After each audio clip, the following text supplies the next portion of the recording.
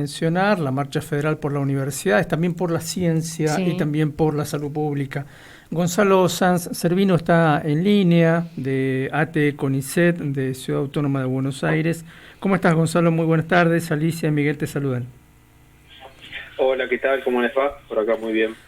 Bueno, hablemos un poco, completemos un poco la info que daba recién Alicia, ¿no? ¿Cómo viene preparándose la movida de este miércoles 17 de septiembre?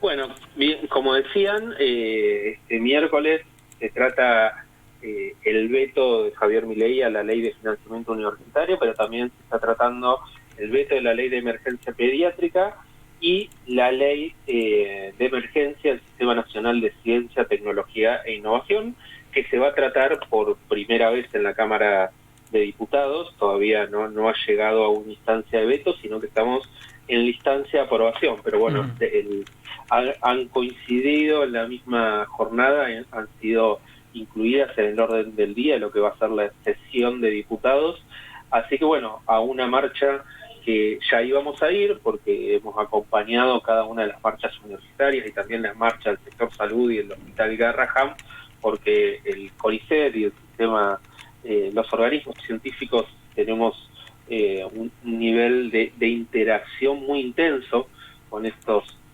organismos.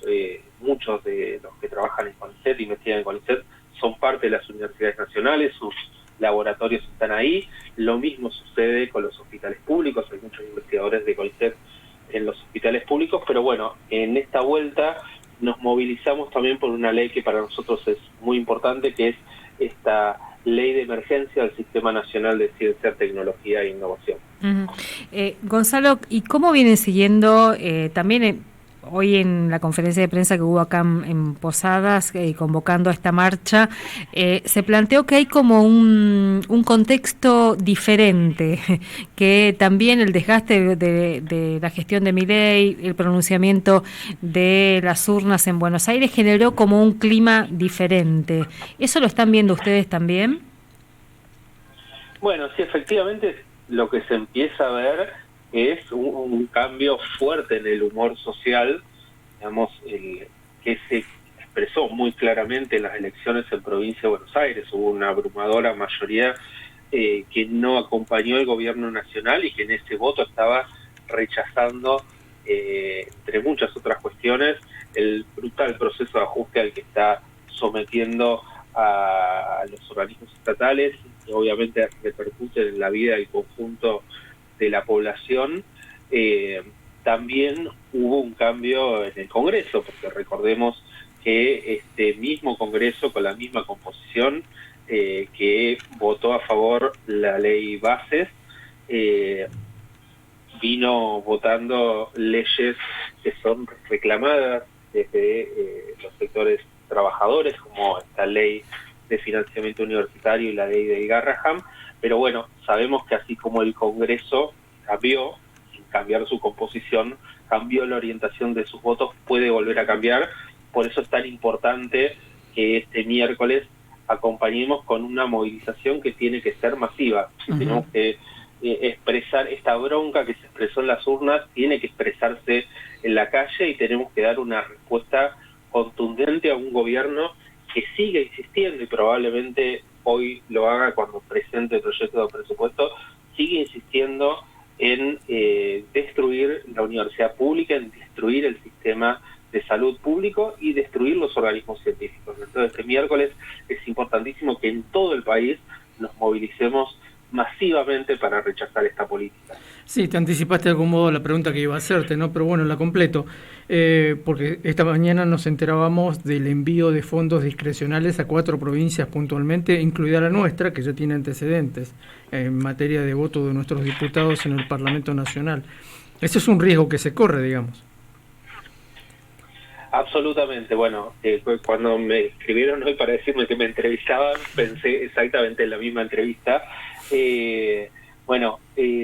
Esperemos que este movimiento de fondos que se hizo a varias provincias, incluidas algunas en donde el gobierno tiene una alianza en el terreno electoral con los gobernadores y otras que no, como por ejemplo Santa Fe, que han expresado de cierta manera un distanciamiento del gobierno.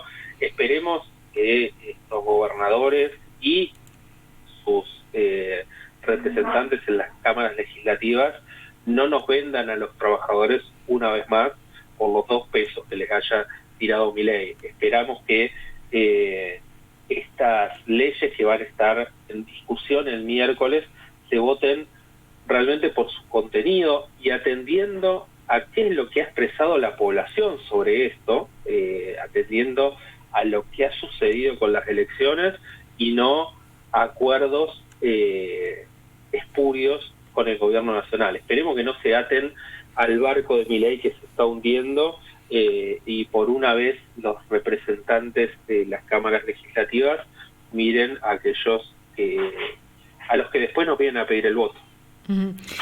¿Cuál es hoy la situación en este contexto, además? ¿Cuál es la situación, para recordar un poco, de los y las trabajadoras del CONICET? Bueno, el CONICET ha perdido 1/3 del poder adquisitivo de los salarios.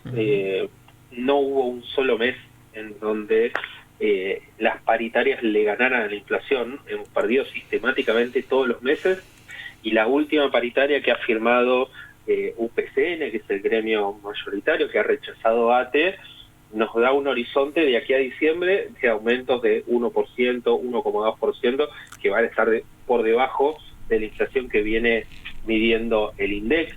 Además de eso, no hay financiamiento para la actividad científica, o sea, todos los mecanismos de subsidio están paralizados, y venimos teniendo sistemáticamente recortes en todas las convocatorias de becas, de ingreso a la carrera de investigador científico, que van progresivamente expulsando gente del CONICET.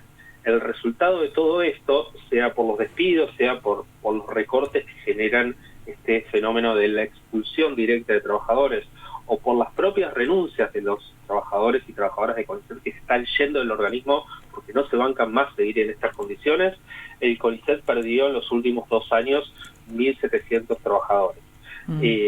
Si ampliamos la mirada y vemos el conjunto de los organismos científicos, estamos hablando de una pérdida de 5.000 puestos de trabajo en el sistema científico nacional. Por eso, entre otras cosas que estamos demandando, le estamos pidiendo a los diputados y diputadas que incorporen en esta ley de emergencia del sistema científico nacional un artículo que especifique que el presupuesto que aumenta, y se cumple con lo que establece esta ley, se destine a aquellos rubros en donde que más afectan a esta pérdida de personal, que el aumento presupuestario se destine a los salarios, a aumentar el financiamiento, a recomponer en realidad el financiamiento de la actividad científica, a restablecer los cupos de becas y de ingresos del CONICET, porque el aumento presupuestario por sí mismo no garantiza el uso que se le vaya a dar a eso. Así que para nosotros es muy importante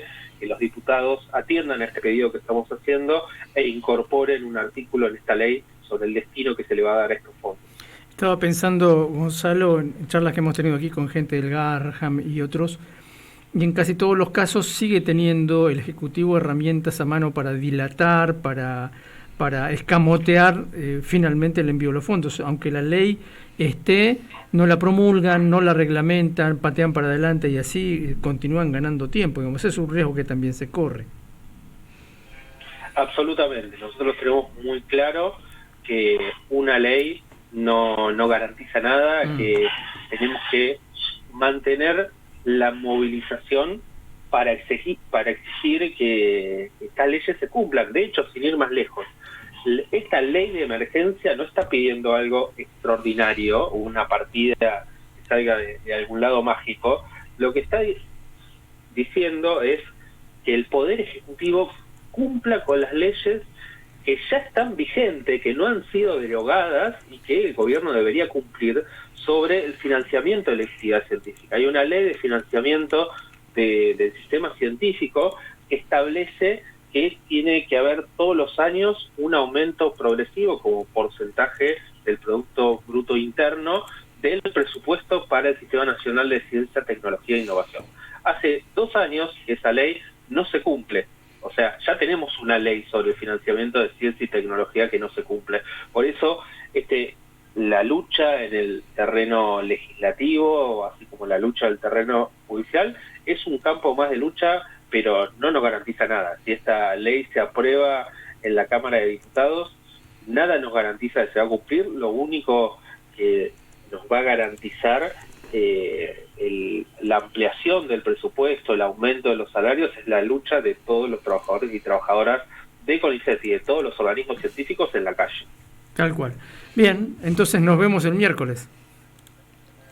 Nos vemos el miércoles. Muchas gracias, como siempre, por la difusión. Un abrazo. Un abrazo. Gonzalo Sanz Servino charlando con nosotros.